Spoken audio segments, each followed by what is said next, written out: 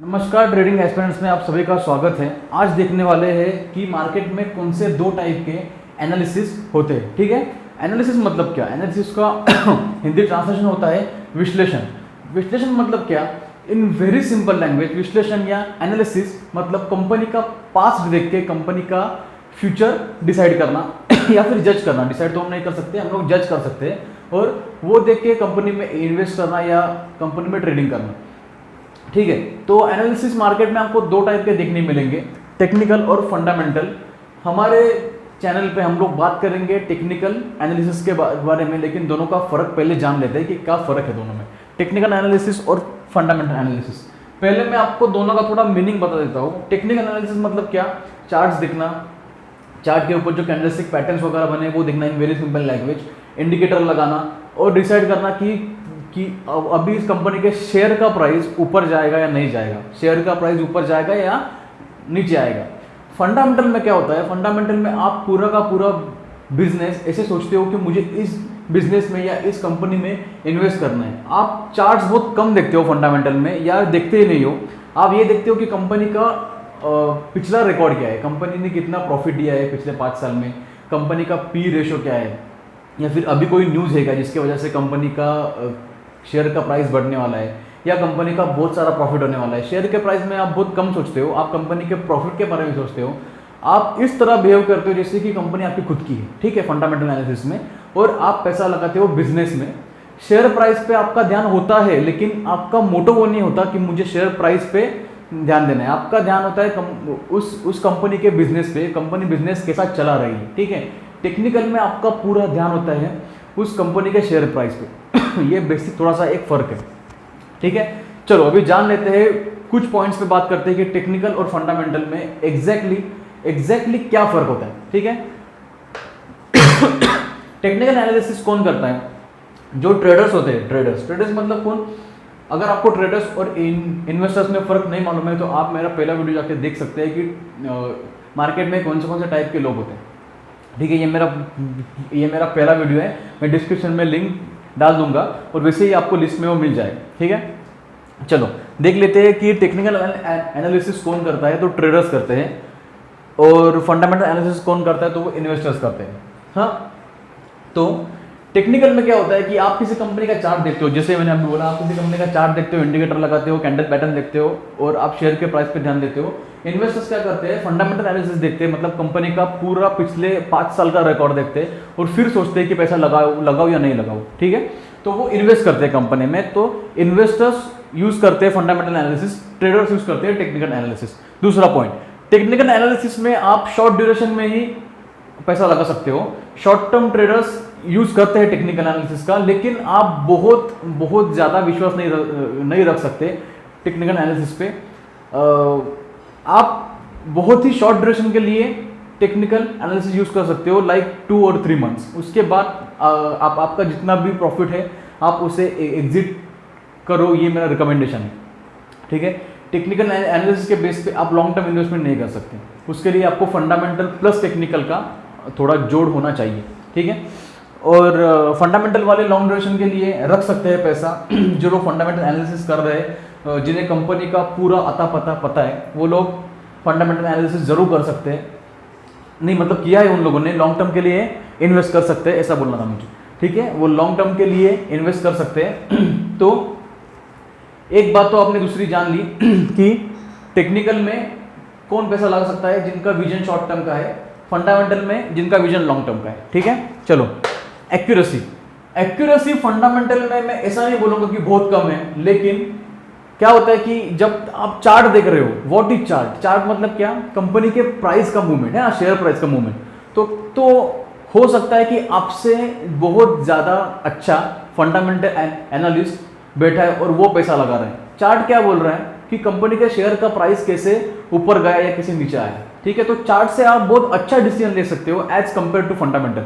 Fundamental क्या है? Fundamental is probability and technical is share price पे पैसा लगाना। ठीक है, मतलब आप चार्ट देख रहे हो, आप मैथमेटिक्स कर रहे हो कि चलो पिछले कुछ साल से शेयर का प्राइस बढ़ गया है, और कोई आपका वीवैप या एंकर्ड वीवैप के ऊपर गया है। वीवैप तो इंट्राडे के लिए होता है, एंकर्ड वीवैप यू कैन यूज। तो आप अगर ये सोच रहे हो कि RSI बहुत ऊपर गया है, मतलब इस शेयर का डिमांड बढ़ रहा है, तो कुछ तो रीज़न होगा। किसी बड़े फंडामेंटल एनालिस्ट ने इस पर बहुत पैसा लगाया है, तो आप चार्ट देख रहे हो और आप पैसा लगा रहे हो, तो एक्यूरेसी इज मोर। ठीक है, फंडामेंटल में थोड़ा सा प्रोबेबिलिटी है, सट्टा नहीं है बिल्कुल, फंडामेंटल बहुत बहुत ही अच्छा है। अगर आपको फंडामेंटल और टेक्निकल दोनों अच्छी तरीके से आता है तो आपके 10 में से 9 शेयर्स चलने के हाई चांसेस हैं। ठीक है, 10 में से 9 शेयर्स आपके चली जाएंगे तो अगर दोनों आता है तो।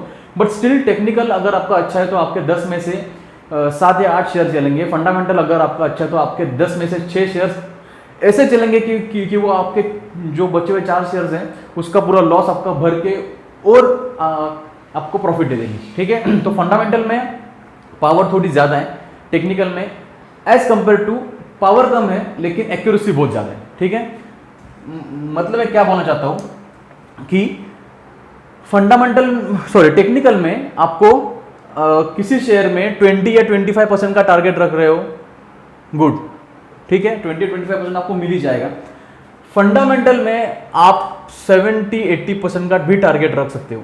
ठीक है, तो मतलब आपका रिटर्न मिलने का पावर बहुत ज़्यादा है फंडामेंटल में, और एक्यूरेसी का पावर है टेक्निकल में, क्योंकि टेक्निकल में आपको खुद को सिर्फ इतनी मेहनत करनी है कि आपको चार्ट्स देखने हैं और प्राइस का मूवमेंट देखना। ठीक है, किसी और ने उस कंपनी में ऑलरेडी इन्वेस्ट किया हुआ है तो आप सिर्फ बहती गंगा में हाथ धो रहे हो, दैट इज टेक्निकल एनालिसिस। ठीक है, चलो, टारगेट बहुत स्मॉल होते हैं, जैसा मैंने यहाँ पे बोला टारगेट्स बहुत ही स्मॉल होते हैं, और स्मॉल टारगेट पे निकल जाना ये बेनिफिशियल होता है। मतलब वो अपने फायदा का होता है कि छोटा टारगेट 20-25% का टारगेट अगर आप कंपेयर करोगे तो बहुत हाई है, लेकिन फंडामेंटल के कंपेयर से बहुत कम है। ठीक है, 20-25%। बैंक आपको 6% देता है, 6%। मैं शेयर मार्केट में इन्वेस्ट क्यों करना चाहिए इस वीडियो में ये सब बताने वाला हूँ, लेकिन आप सोचो बैंक आपको पूरे साल का देता है 6%, मार्केट आपको एक महीने में दे देगा 20-25%, और ये दे सकता है, इतना पावर है मार्केट में। मैंने एक बाल फार्मा नाम का शेयर मेरे एक फ्रेंड को रिकमेंड किया था, उस शेयर ने एक वीक में ऑलमोस्ट 70% रिटर्न दिया था, एक वीक में। तो बैंक को ये देने के लिए लगते थे 7 साल, उसने 7 दिन में ये पैसा कमा लिया था 70% का बाल फार्मा में। ठीक है, तो स्मॉल टारगेट्स होते हैं टेक्निकल में, फंडामेंटल में टारगेट्स बहुत ह्यूज होते हैं, तो ये फर्क है दोनों में थोड़ा सा। चलो, टेक्निकल का कनेक्शन होता है फंडामेंटल के साथ, कैसे? टेक्निकल में क्या होता है, प्राइस का मूवमेंट होता है, ये मैंने अभी बोला प्राइस का मूवमेंट है। तो प्राइस का मूवमेंट क्यों हो रहा है, प्राइस का मूवमेंट क्यों हो रहा है, इसके पीछे क्या है, फंडामेंटल एनालिसिस है। ठीक है, तो मतलब कोई फंडामेंटल एनालिस्ट है जिसने कंपनी के बारे में बहुत रिसर्च किया है, वो बहुत एक्सपर्ट है अपने फंडामेंटल के बारे में, शायद उसने IIM से MBA वगैरह किया है, या इन्वेस्टर का कोई कोर्स वगैरह करके आया है बाहर से, तो उसका बहुत स्ट्रॉन्ग है नॉलेज अबाउट फंडामेंटल एनालिसिस और अबाउट बिजनेस। तो उसको ये समझ रहा है कि कंपनी अभी यहाँ से ऊपर ही जाने वाली, तो उसने क्या किया है, उसने बहुत सारे शेयर्स खरीदे, उसके वजह से शेयर का प्राइस गया ऊपर। ठीक है, और फिर आता है टेक्निकल एनालिसिस, कि टेक्निकल एनालिस्ट अभी ये देखेगा कि शेयर का प्राइस बहुत बड़ा हुआ है, मतलब कुछ तो बड़ा मूवमेंट आया है, कैंडल बहुत ऊपर जा रहा है। Now technical analyst will enter into that company. ठीक है, और दैट शेयर। तो टेक्निकल एनालिसिस का कनेक्शन है फंडामेंटल के साथ, फंडामेंटल का नॉट एट ऑल ऐसा बोल सकता हूँ, फंडामेंटल वाला टेक्निकल का हेल्प लेगा, लेकिन उसका कुछ कनेक्शन नहीं है टेक्निकल के साथ। मतलब टेक्निकल वाला कंपनी में इन्वेस्ट कर रहा है या ट्रेडिंग कर रहा है क्योंकि वो चार्ट देख रहा है कि कंपनी का चार्ट ऊपर जा रहा है, लेकिन फंडामेंटल वाला ऐसा कुछ नहीं दिख रहा। ठीक है, फंडामेंटल वाला कंपनी का रिकॉर्ड दिख रहा है पिछले 5-10 साल का और इन्वेस्ट कर रहा है पैसा। तो technical analysis is based on fundamental, technical works on fundamental, लेकिन फंडामेंटल का एज सच टेक्निकल के साथ कोई रिलेशन नहीं होता।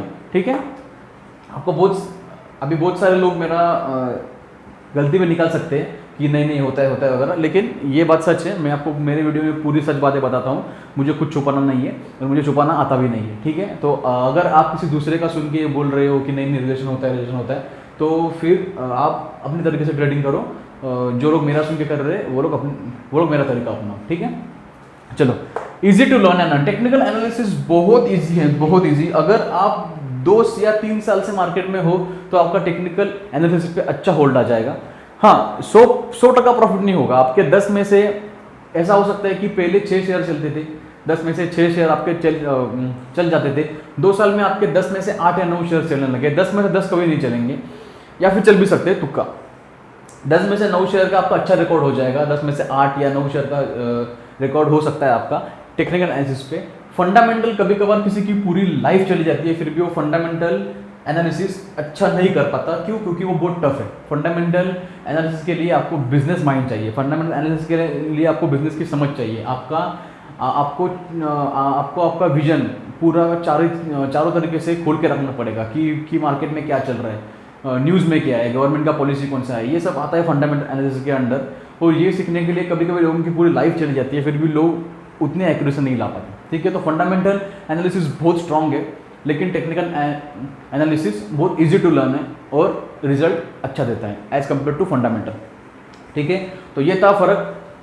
मराठी में भी ये वीडियो आने वाला है, तो जिनको हिंदी में नहीं समझ रहा है वो लोग मराठी में देख सकते हैं।